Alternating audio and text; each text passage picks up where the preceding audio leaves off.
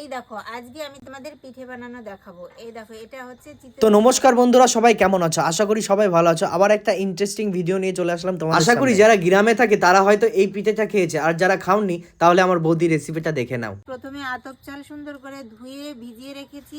তারপর তোমরা চালের গুঁড়োটাকে এরকম ঠান্ডা জল দিয়ে গুলিয়ে নিতে হবে, যাতে মোটাও হয় না আর দেখবে পাতলাও হয় না, আর তখনই পিঠেটা খুব সুন্দর হবে। আমি বৌদির কাছে বারবার জোর করছিলাম যে বৌদি পিঠে খাবো পিঠে খাবো, তো ফাইনালি আজকে আমার বৌদি আজকে আমাকে পিঠে বানিয়ে দিচ্ছে। ওইদিকে তো আমাদের চালের গুঁড়ো প্রসেসটা কমপ্লিট হয়ে গেছে, আর এই শাঁসটা বাজারে কিনতে পাওয়া যায়, তোমরা খুবই অল্প দামে পেয়ে যাবে।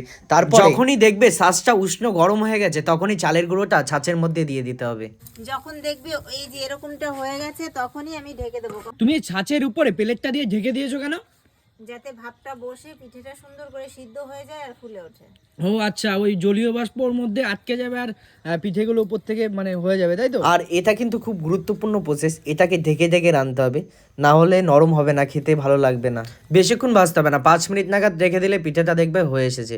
তারপর একটা কাঁচি বা শক্ত জিনিস নিয়ে তুলে নিতে হবে, আর পিঠেটা তোমরা শুধু দেখো কি সুন্দর সফট নরম হয়েছে।